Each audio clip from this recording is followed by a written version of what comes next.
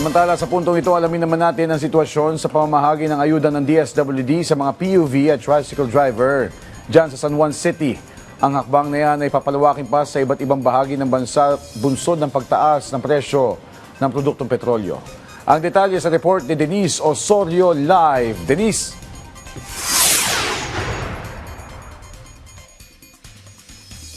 Yes, Joshua, dito sa San Juan, maagang sinimulan ang pamamahagi ng tig-5,000 ayuda ng Department of Social Welfare and Development para sa mga driver ng public utility vehicles. Joshua, unang binabigyan ng ayuda ang mga tricycle driver sa Metro Manila dahil mas mabilis ang pagproseso nito dahil mayroon ng master list ang mga LGU.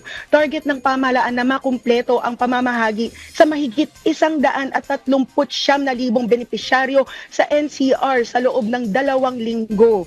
Pagkatapos nito, ayon kay DSWD Secretary Rex Gatchalian, isusunod naman ang mga jeepney driver, TNVS, motorcycle taxi at mga nasa delivery sector bago sumapit ang Holy Week. Pagkaraan naman nito, palalawigin ang implementasyon sa iba't ibang bahagi ng bansa. Inihahanda na rin ng Department of Transportation ang fuel subsidy program para sa mga bus operator at driver na inaasahang masisimulan ito sa ika-4 na linggo ng Marso.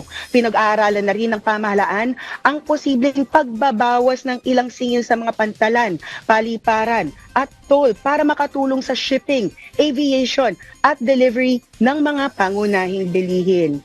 Joshua, samantala sinabi na rin ni DOTR Secretary Banoy Lopez na dadagdagan na ang presyo ng pamasahe sa mga traditional at modern jeepneys. Piso para sa traditional at 2 piso para sa modern jeepney para sa base fare. Yan ang pinakahuling balita mula rito sa San Juan City. Balik sa iyo, Joshua. Maraming salamat, Denise Osorio.